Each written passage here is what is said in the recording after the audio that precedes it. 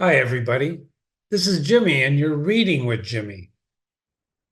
This is Jack London's To Build a Fire. To Build a Fire by Jack London. Day had broken cold and gray, exceedingly cold and gray, when the man turned aside from the main Yukon trail and climbed the high bank, earth bank, where a dim and little travel trail led eastward through the fat spruce timberland. It was a steep bank, and he paused for breath at the top, excusing the act to himself by looking at his watch. It was 9 o'clock. There was no sun, nor hint of sun, though there was not a cloud in the sky. It was a clear day. And yet there seemed an intangible pall over the face of things, a subtle gloom that made the day dark, and that was due to the absence of sun. This fact did not worry the man. He was used to the lack of sun. It had been days since he had seen the sun, and he knew that a few more days must pass before the cheerful orb, due south, would just peep above the skyline and dip immediately from view. The man flung a look back along the way he had come. The Yukon lay a mile wide and hidden under 3 feet of ice. On top of this ice, there was as many feet of snow. It was all pure white, rolling in gentle undulations where the ice jams of the freeze-up had formed.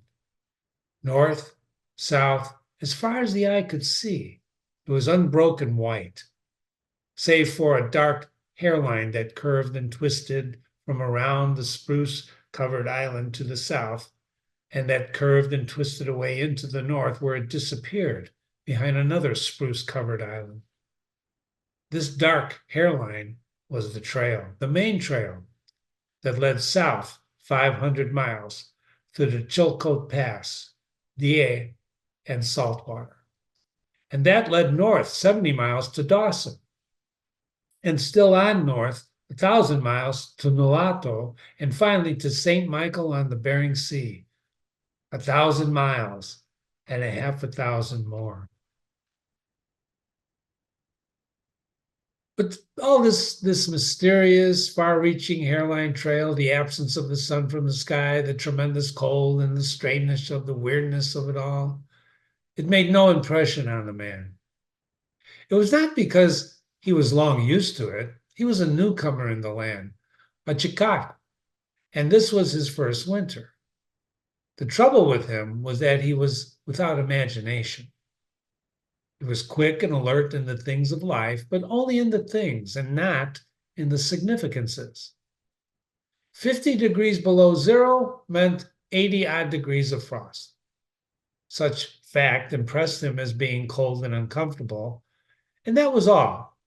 It did not lead him to meditate upon the frailty as a creature of temperature, and upon man's frailty in general, able to only live within a certain narrow limit of heat and cold.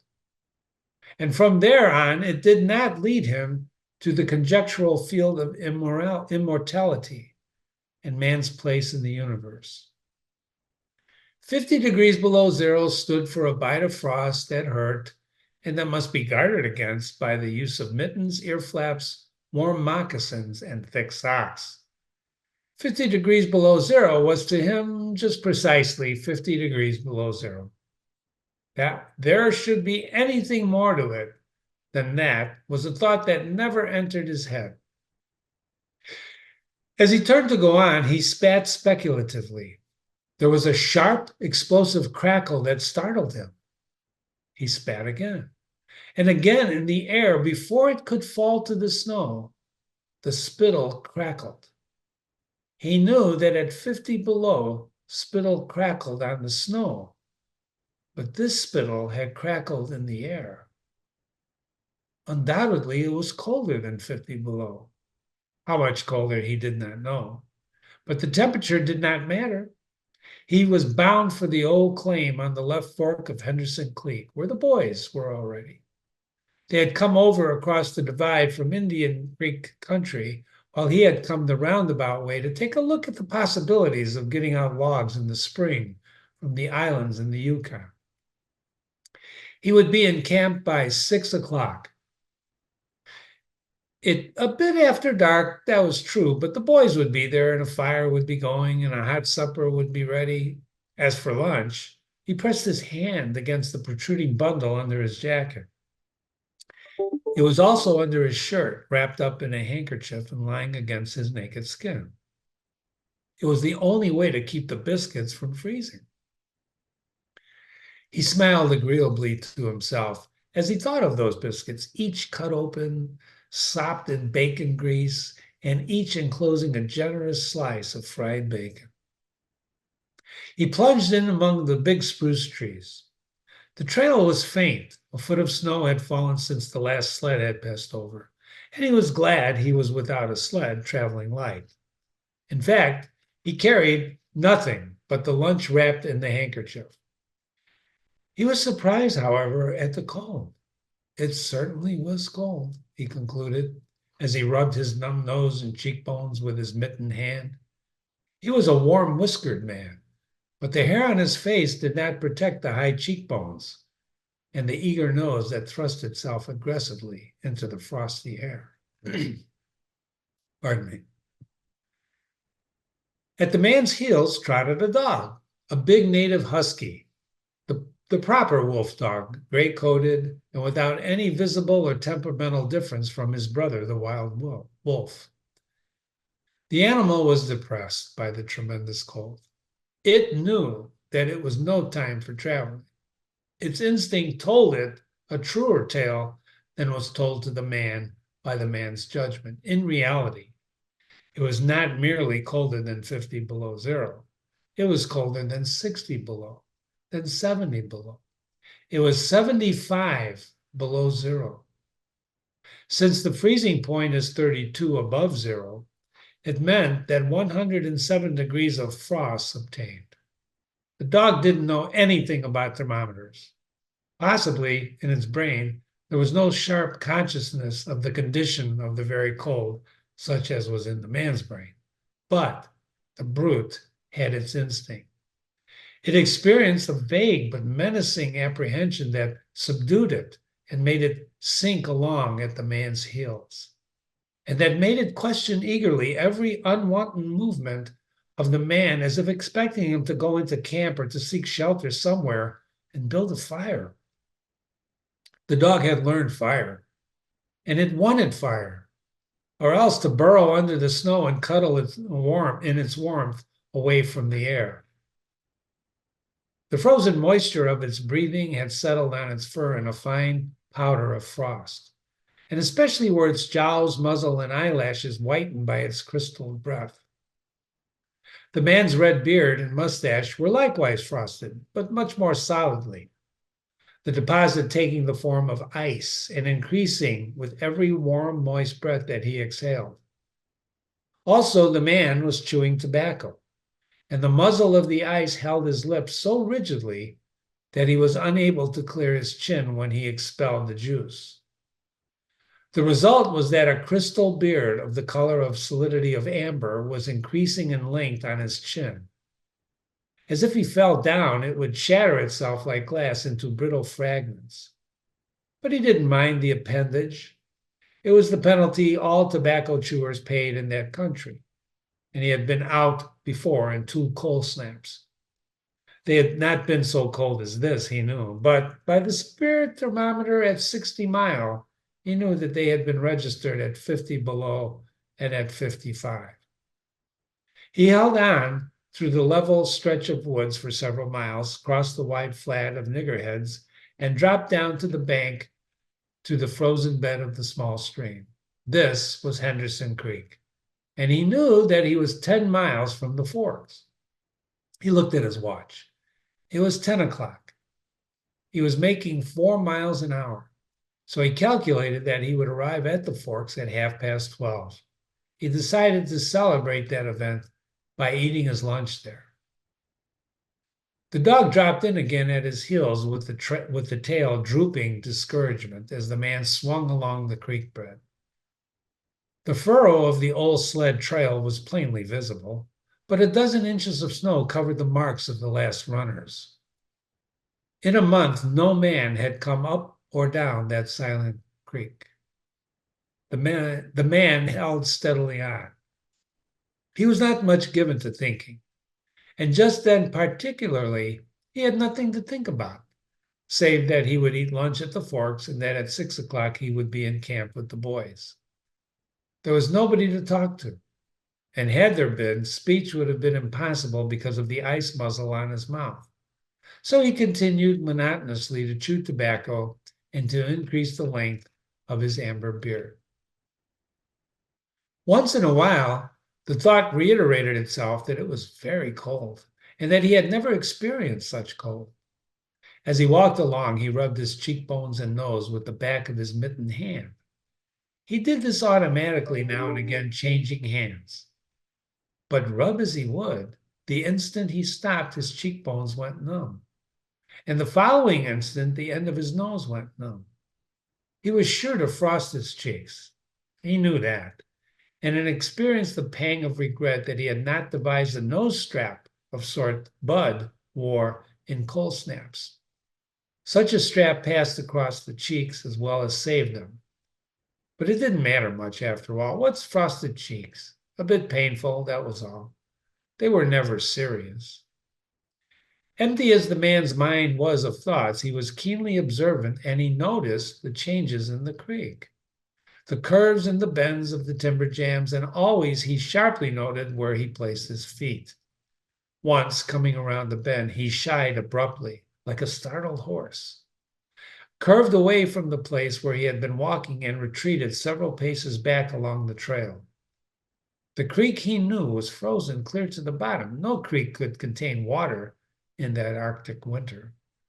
But he also knew that there were springs that bubbled up from the hillside and ran along under the snow and on top of the ice of the creek. And he knew that the coldest snaps never froze these springs. And he knew likewise their danger.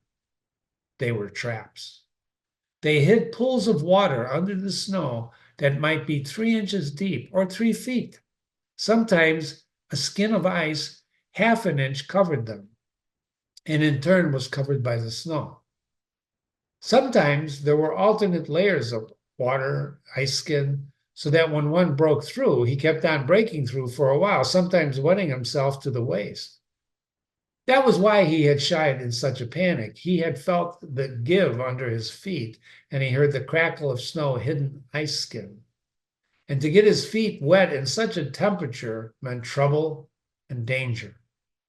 At the very least, it meant delay, for he would be forced to stop, build a fire, and under its protection to bare his feet while he dried his socks and moccasins. He stood and studied the creek bed, its high banks, and decided that the flow of water came from the right. He reflected a while, rubbing his nose and cheeks, and then he skirted to the left, stepping gingerly and testing the footing for each step. Once clear of the danger, he took a fresh chew of tobacco and swung along at his 4-mile gait. In the course of the next 2 hours, he came upon several similar traps. Usually the snow above the hidden pools had a sunken, candied appearance, and that advertised the danger. But once again, however, he had a close call. And once, suspecting danger, he compelled the dog to go in front. The dog did not want to go. It hung back until the man shoved it forward, and then it went quickly across the white unbroken surface, and suddenly it broke through, floundered at one side, and got away to firmer footing. But it had wet its 4 feet and legs, and almost immediately the water that clung to it turned to ice. It made quick efforts to lick the ice off its leg and then dropped down in the snow and began to bite out the ice that had formed between the toes. This was a matter of instinct. To permit the ice to remain would mean sore feet. It didn't know this. It merely obeyed the mysterious prompting that rose from the deep crypts of its being. But the man knew. And having achieved a judgment on the subject, he removed his mitten from his right hand and helped tear out the ice particles. He did not expose his fingers more than a minute and was astonished at the swift numbness that smote them. It certainly was cold. He pulled on the mitten hastily and beat the hand savagely across his chest. At 12 o'clock, the day was at its brightest, and yet the sun was too far south on its winter journey, to clear the horizon. The bulge of the earth intervened between it and Henderson Creek, where the man walked under the clear sky at noon and cast no shadow. At 12:30, to the minute, he arrived at the forks of the creek, and he was pleased at the speed that he had made. If he kept it up, he would be certainly with the boys by 6. So he unbuttoned his jacket and shirt, and he drew forth his lunch. The action consumed no more than a quarter of a minute, and yet in that brief moment, the numbness laid hold of the exposed fingers. He did not put the mitten on, but instead stuck his fingers a sharp dozen smashes against his leg, and then he sat down on the snow-covered log to eat. The sting that followed upon striking of his fingers against his leg ceased so quickly that he was startled. He had had no chance to take a bite of the biscuit. He struck his fingers repeatedly and returned them to the mitten, barring the other hand for the purpose of eating, bearing the other hand for the purpose of eating. He tried to take a mouthful, but the ice muzzle prevented it. He had forgotten to build a fire and thaw. He chuckled at his foolishness. As he chuckled, he noted the numbness creeping into the exposed fingers. Also, he noted that the stinging, which he had first come to his toes when he had sat down, was already passing away. He wondered whether the toes were warm or numb. He moved them inside the moccasins and decided that they were numb. He pulled the mitten on hurriedly and stood up. He was a bit frightened. He stamped up and down until the stinging returned to the feet. It certainly was cold, was his thought. That man from Sulphur Creek had spoken the truth when telling how cold it sometimes got in the country. And he laughed at him at the time. That showed one not to be sure of things. There was no mistake about it.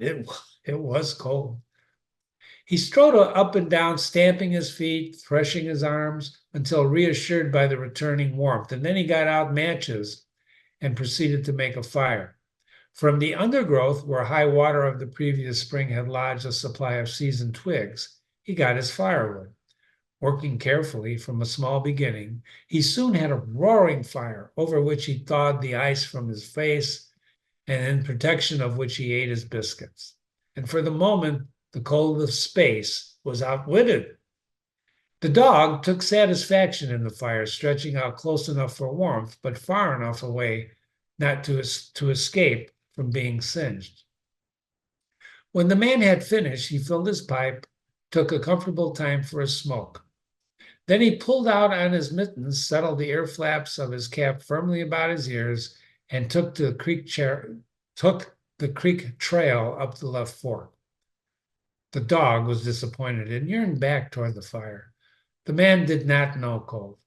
Possibly all the generations of his ancestry had been ignorant of cold, of real cold, of cold 107 degrees below the freezing point. But the dog knew. All its ancestry knew, and it had inherited knowledge. And it knew that it was not good to walk abroad in such fearful cold. It was a time to lie snug in a hole in the snow and wait for the curtain cloud to be drawn across the face of outer space, whence this cold came. On the other hand, there was no keen intimacy between the dog and the man. The one was the toil slave of the other, and the only caresses that it had ever received were the caresses of the whiplash and of the harsh, menacing throat sounds that threatened the whiplash. So the dog made no effort to communicate its apprehension to the man. It was not concerned in the welfare of the man. It was for its own sake that it yearned back toward the fire. But the man whistled and spoke to it with the sound of whiplashes. And so the dog swung in at the man's heels and followed after. The man took a chew of tobacco and proceeded to start a new amber beard. Also, his moist breath quickly powdered with white his mustache, eyebrows, and lashes. There did not seem to be so many springs on the left fork of Henderson, and for a half an hour the man saw no signs of any. And then it happened. At a place where there were no signs, where the soft, unbroken snow seemed to advertise solidity beneath, the man broke through. It wasn't deep. He wet himself halfway to the knees before he floundered out to firmer crust. He was angry and he cursed his luck aloud. He had hoped to get into camp with the boys at 6 o'clock, and this would delay him an hour, for he would have to build a fire, dry out of his footgear. This was imperative at that low temperature. He knew that much. And so he turned aside to the bank which he had climbed. On top, dangled in the underbrush about the trunks of the several spruce trees, was a high deposit of dry firewood, sticks, twigs, principally, but also larger proportions of seasoned branches and fine, dry last year grasses.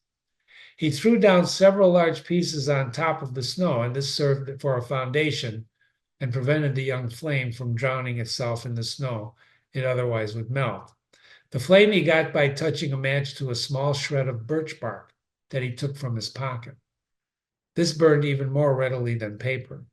So placing it on the foundation, he fed the young flame with wisps of dry grass and with the tiniest dry twigs. He worked slowly, carefully, keenly aware of his danger. Gradually, as the flame grew stronger, he increased the size of the twigs with which he fed it. He squatted in the snow, pulling the twigs out from their entanglement in the brush, and feeding directly to the flame. He knew there must be no failure. When it's 75 below zero, a man must not fail in his first attempt to build a fire. That is, if his feet are wet. If his feet are dry and he fails, he can run along the trail for a half a mile, restore his circulation. But the circulation of wet and freezing feet cannot be restored by running when it's 75 below. No matter how fast he runs, the wet feet will freeze harder.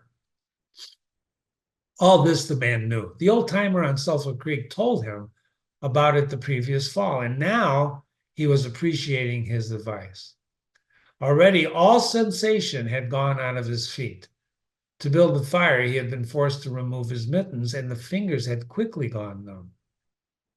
His pace of 4 miles an hour had kept his heart pumping blood to the surface of his body and to all the extremities, but the instant he stopped, the action of the pump eased down. The cold of space smote the unprotected tip of the planet, and he, being on that unprotected tip, received the full force of the blow. The blood of his body recoiled before it. The blood was alive, like the dog. And like the dog, it wanted to hide away and cover itself from the fearful cold. So as long as he walked 4 miles an hour, he pumped that blood willy-nilly to the surface. But now it ebbed away and sank down into the recess of his body. The extremities were the first to feel its absence. His wet feet froze the faster, and the exposed fingers numbed the faster, though they had not yet begun to freeze. Nose and cheeks were already freezing, while the skin of all his body chilled at the loss of its blood. But he was safe. Toes and nose and cheeks would only be touched by the frost, for the fire was beginning to burn with strength. He was feeding it with twigs the size of his finger, and in another minute he would be able to feed it with branches the size of his wrist. And then he could remove his wet footgear, and while it dried, he could keep his naked feet warm by the fire, rubbing them at first, of course, with snow. The fire was a success. He was safe. He remembered the advice of the old timer on Sulphur Creek, and he smiled. That old timer had been very serious in laying down the law that no man must travel alone in the Klondike after 50 below. Well, here he was. He had had an accident, he was alone, and he had saved himself. Those old timers were rather womanish, some of them, he thought.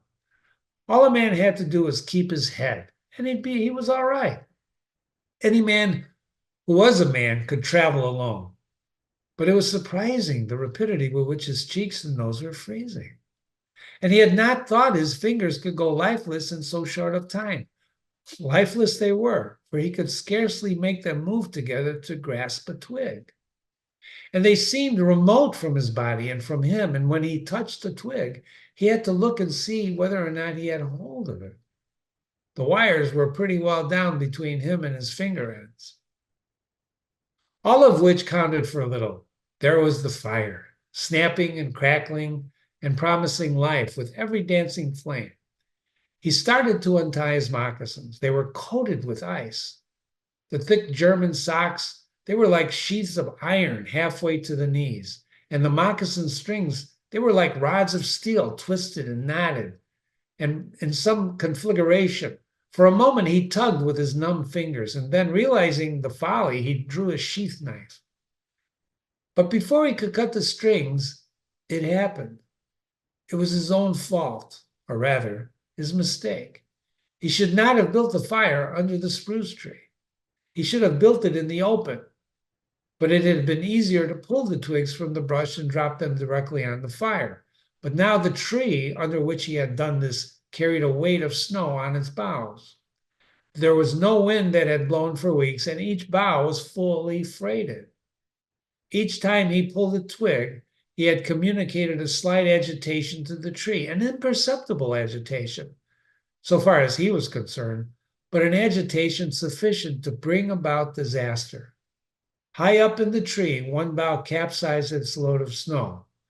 This fell on the boughs beneath, capsizing them, and this process continued, spreading out and involving the whole tree.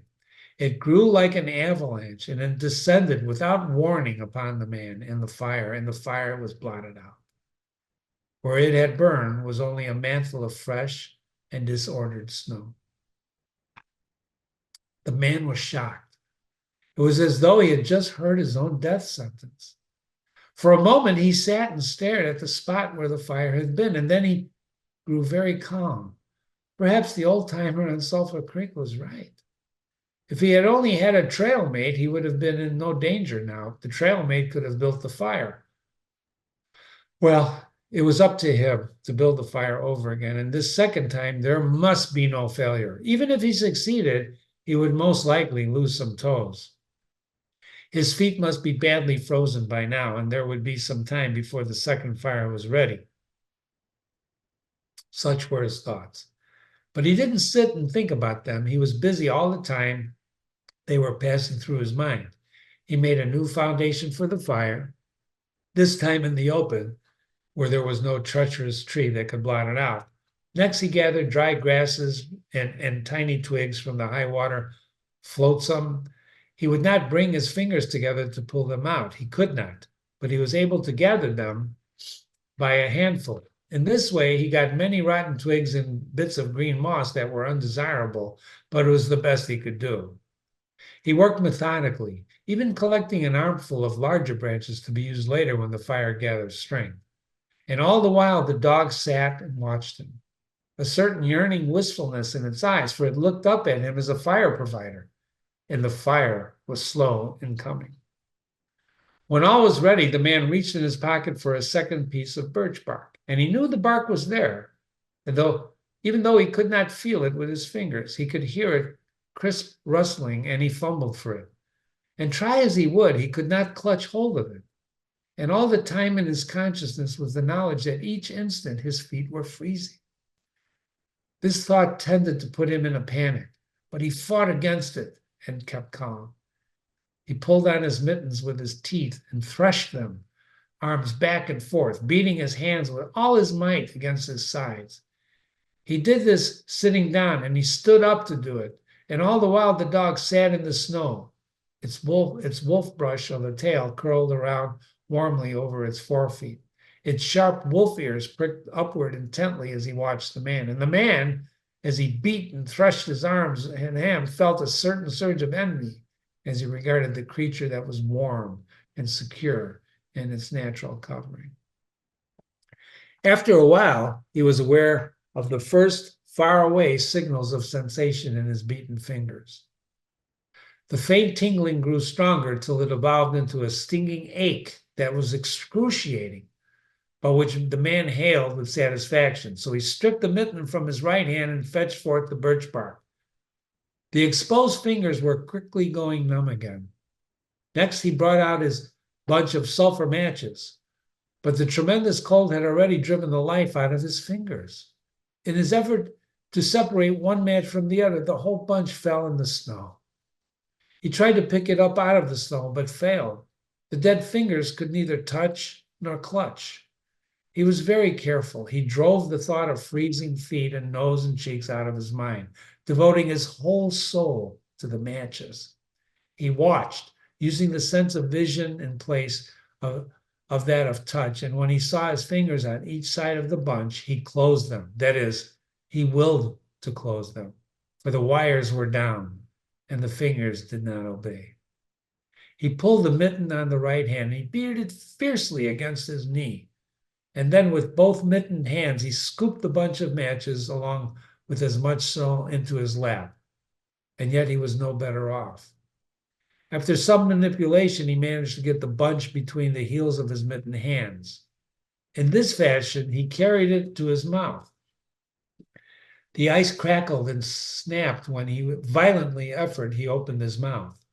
He drew the lower jaw in, curled the upper lip out of the way, and scraped the bunch with his upper teeth in order to separate the match. He succeeded in getting one, which he dropped on his lap. He was no better off. He could not pick it up. And then he devised a way. He picked it up with his teeth and scratched it on his leg. 20 times he scratched it before he succeeded in lighting it. As it flamed, he held it with his teeth to the birch bark. But the burning brimstone went up his nostrils and into his lungs, causing him to cough spasmodically, and the match fell into the snow and went out. The old timer on Sulphur Creek was right, he thought in the moment of controlled despair that ensued. After 50 below, a man should travel with a partner. He beat his hands, but failed in exciting any sensation. And suddenly he bared both hands, removing the mittens with his teeth. He caught the whole bunch between the heels of his hands.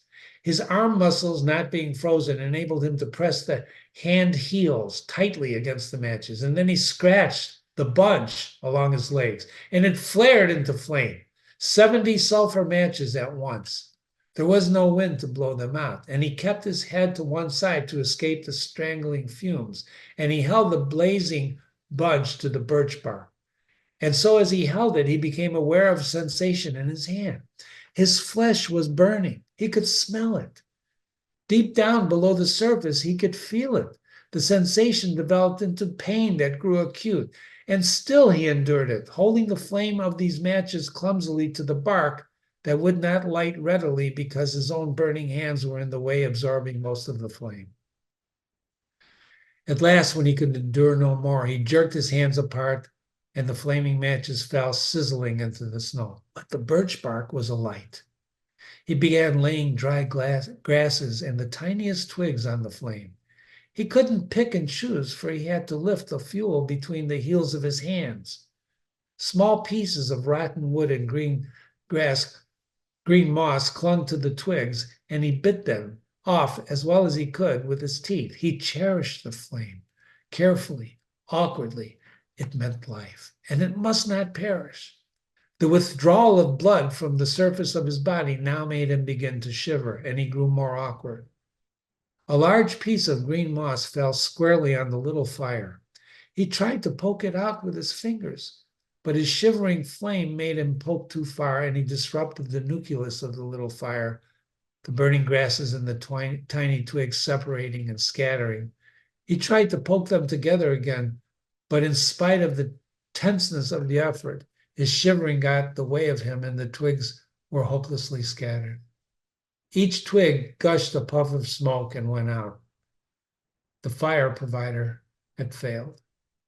As he looked apathetically about him, his eyes chanced on the dog sitting across the ruins of the fire from him in the snow, making restless, hunching movements, slightly lifting one forefoot and then the other, shifting his weight back and forth on them with wistful eagerness.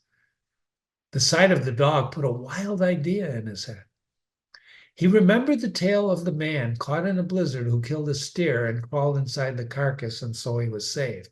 He would kill the dog and bury his hands in the warm body until the numbness went out of them. And then he could build another fire. He spoke to the dog, calling it to him. But in his voice was a strange note of fear that frightened the animal, who had never known the man to speak in such a way before. Something was the matter, and its suspicious nature sensed danger. It knew not what danger, but somewhere, somehow, in its brain there arose an apprehension of the man. It flattened its ears down at the sound of the man's voice, and its restless, hunching movements and the lifting and shifting of its forefeet became more pronounced. But it would not come to the man. He had gotten his hands and his knees and crawled toward the dog. This unusual posture again excited suspicion, and the animal slid away, mincingly away. The man sat up in the snow for a moment and struggled for calmness. Then he pulled on his mittens by means of his teeth and got upon his feet. He glanced down at first to assure himself that he was really standing up, for the absence of sensation in his feet left him unrelated to the earth. His erect position in itself started to drive the webs of suspicion from the dog's mind. And when he spoke peremptorily, with the sound of the whiplashes in his voice, the dog rendered its customary allegiance and came to him. As it came within reaching distance, the man lost his control. His arms flashed out to the dog, and he experienced genuine surprise when he discovered that his hands could not clutch, that there was neither bend nor feeling in his fingers.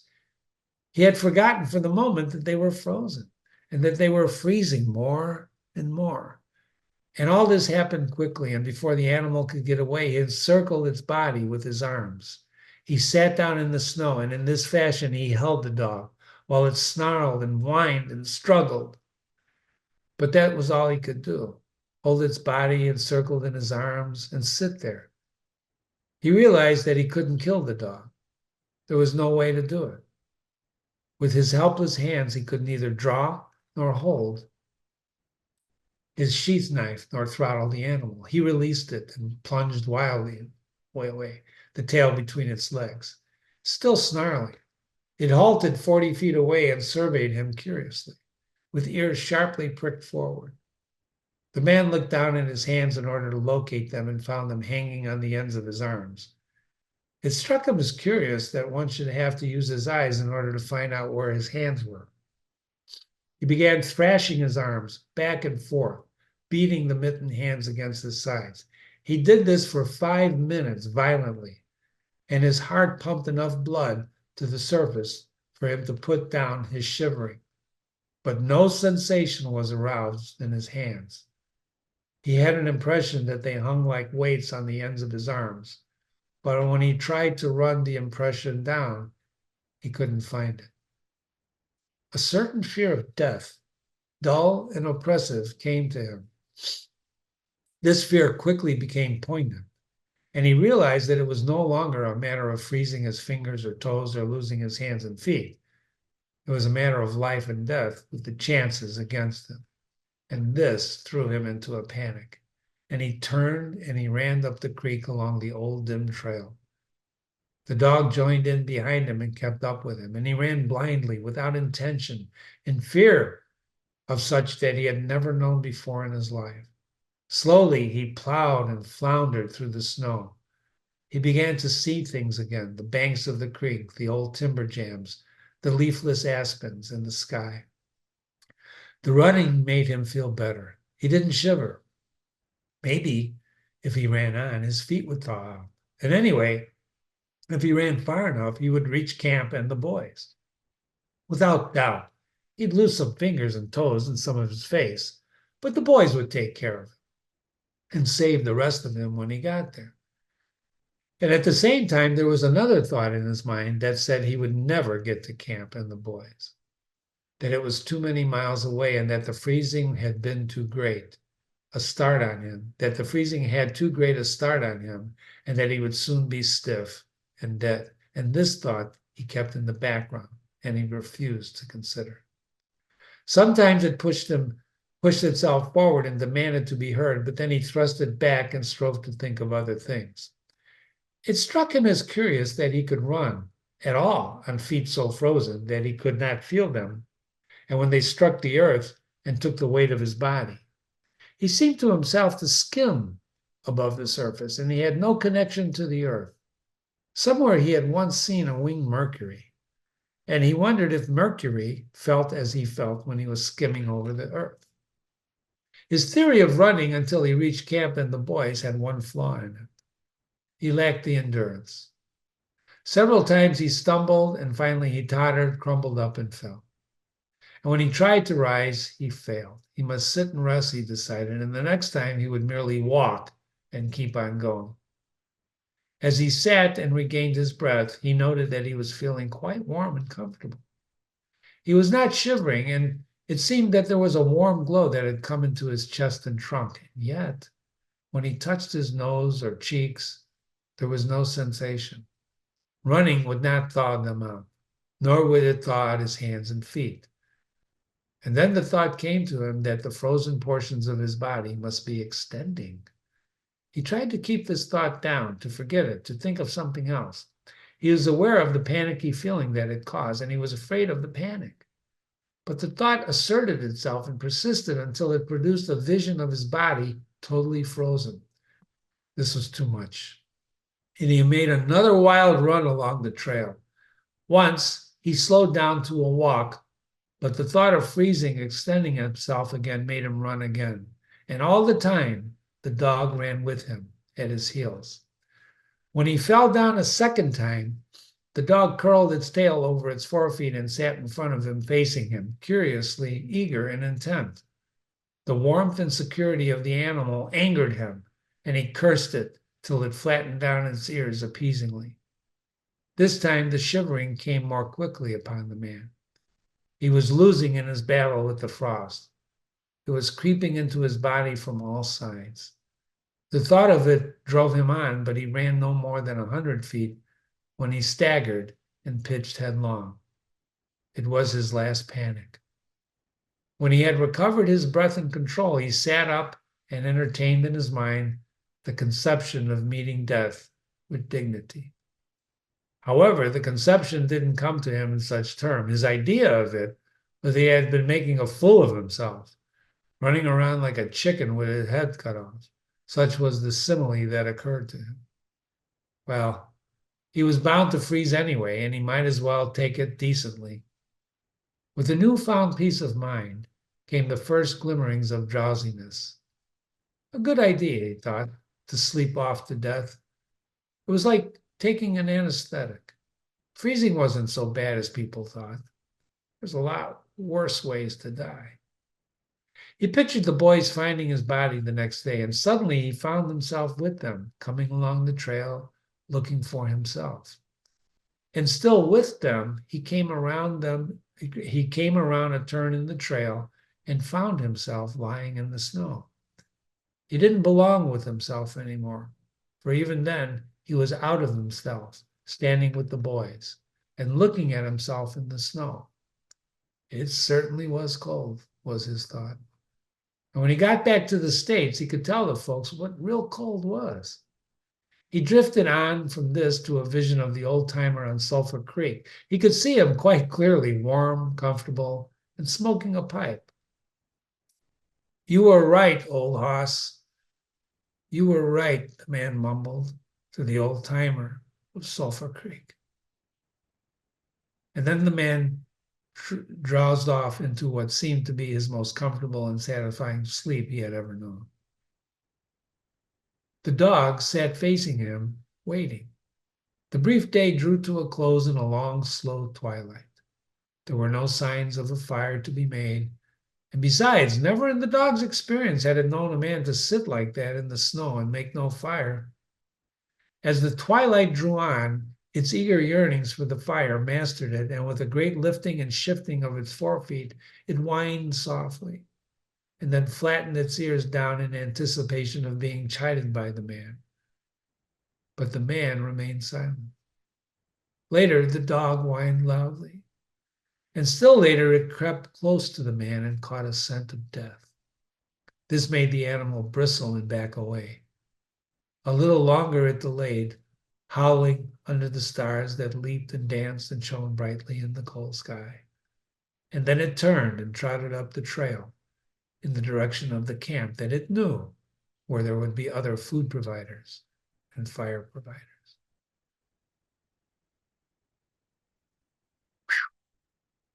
You've been reading with Jimmy. This was Jack London's To Build a Fire. Learn more by watching our two-part analysis of this short story.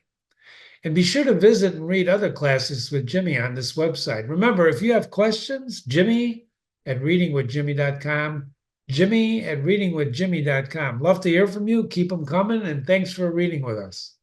Have a nice day. Stay warm.